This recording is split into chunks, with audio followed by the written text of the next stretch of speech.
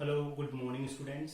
Class 8 पहला lecture हो चुका था। We have done first lesson. We have completed what is exhaustible resources and what is inexhaustible resources. Exhaustible resources और उसको हम क्या बोलते हैं? एग्जॉस्टिबल रिसोर्सेज को हम बोलेंगे नॉन रिन्यूएबल रिसोर्सेज और इनएग्जॉस्टिबल को क्या बोलेंगे? Renewable resources. Inexhaustible resources are those which can be replenished at a faster rate, which are replenished यानी वो बन जाता है। जैसे टाइडल एनर्जी हुआ, टाइड्स तो हर दिन बनता है, पहले भी बनता था, आगे भी बनेगा।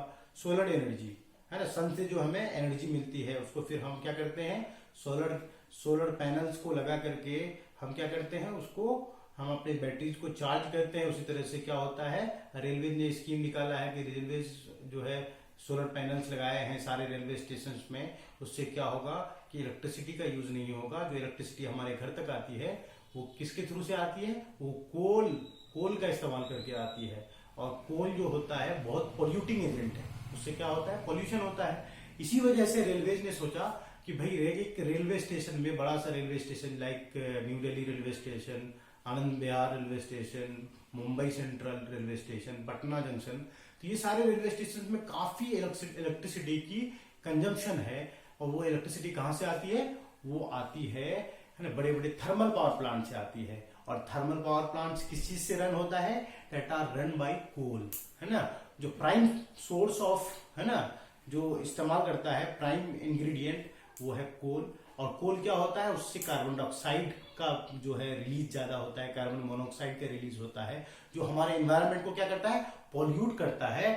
और हमारे एनवायरनमेंट को क्या बनाता है? ग्लोबल वार्मिंग होता है, ग्रीन हाउस इफेक्ट होता है कार्बन डाइऑक्साइड की वजह से। और ग्रीन हाउस इफेक्ट की वजह से हमारे जो अर्थ का जो है टेम्परेचर काफी बढ़ गया है, एवरेज टेम्परेचर बढ़ गया है। इसी वजह से हमें इन फॉसिल फ्यूल्स का इस्तेमाल करना कम पड़ेगा और हमें उतना ही इस्तेमाल करना चाहिए, है कि नहीं, जितना का हम जितनी की बहुत जरूरत है कि नहीं। अगर हम जहां पे सोलर पैनल्स इस्तेमाल कर सकते थे, अगर जो हर रेलवे स्टेशन में क्या होता है कि रूफ होता है, उस रूफ के अंदर सोलर पैनल्स लगा दिए जाएंगे तो उस रेलवे स्टेशन में जितने बल्ब्स हैं, जितने फैंस हैं, जितने कंप्यूटर्स हैं, जितने अप्लायंसेज इस्तेमाल होते हैं, सब उस सोलर पैनल्स के थ्रू से उसको हम क्या कर सकते हैं? इलेक्ट्रिसिटी दे सकते हैं।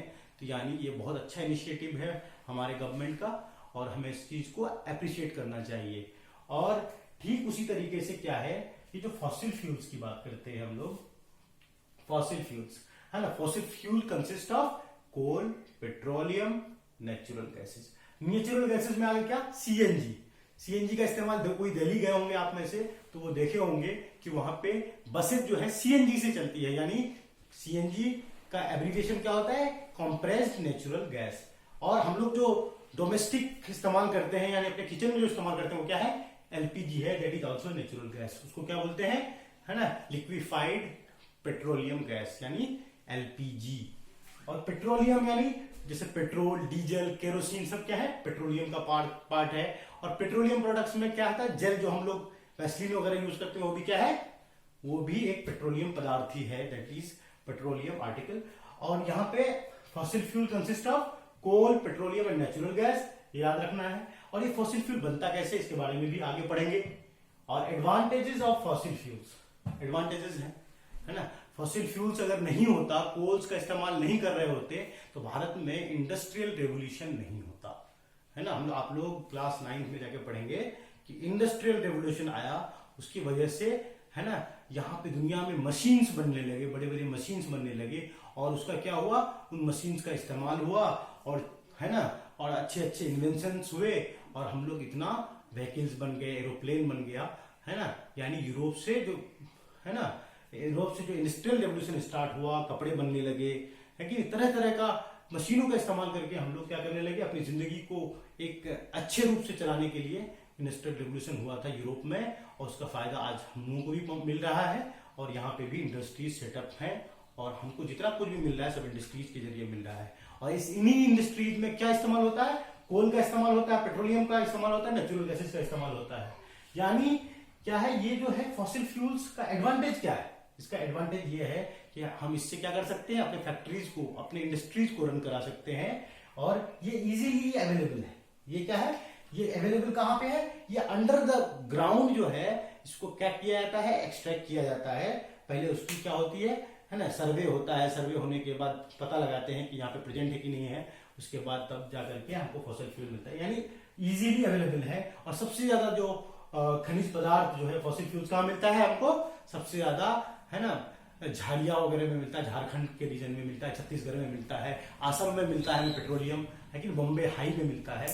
और इसका क्या है, इजीली अवेलेबल है, यानी इसका जो है ये आसानी से ले सकते हैं। अगर हमें कम पड़ती है तो हम क्या करते हैं, इंपोर्ट करते हैं दूसरे देशों से, ईरान से, कतर से, सऊदी अरब से, कुवैत से। हम लोग क्या करते हैं, पेट्रोल गैसेस को क्या करते हैं, नेचुरल गैस है सारा को क्या करते हैं, हम क्रूड नेचुरल गैस को वहां से ये करते हैं, इंपोर्ट करके अपना देश लाते हैं, यहाँ पे रिफाइन करते हैं, फिर उसका सर्कुलेशन करते हैं और इस्तेमाल करते हैं। कोल का रिजर्व हमारे पास अच्छा खासा है, तो हमको इंपोर्ट करने की जरूरत नहीं पड़ती है। पेट्रोलियम और नेचुरल गैस हमको इंपोर्ट करना पड़ता है।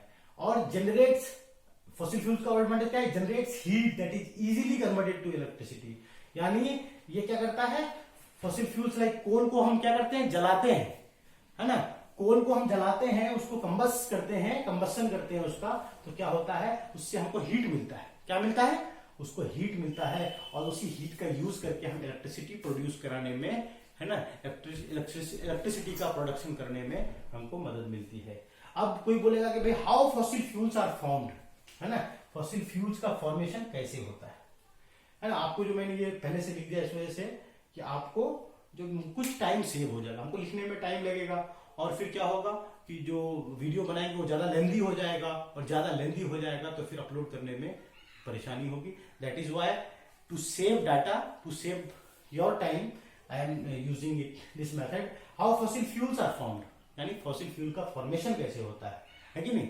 क्या होगा कि हम क्या करेंगे, गड्ढा खोद करके पेड़ पौधों को डाल देंगे, क्या फॉसिल फ्यूल बन जाएगा, नहीं बनेगा। उसके लिए क्या है, उसके लिए हमको क्या करना पड़ेगा, वो बहुत दिनों, ये बहुत ही लॉन्ग प्रोसेस है, thousands and thousands of years लगते हैं फॉसिल फ्यूल्स में तब्दील होने के लिए, ठीक है।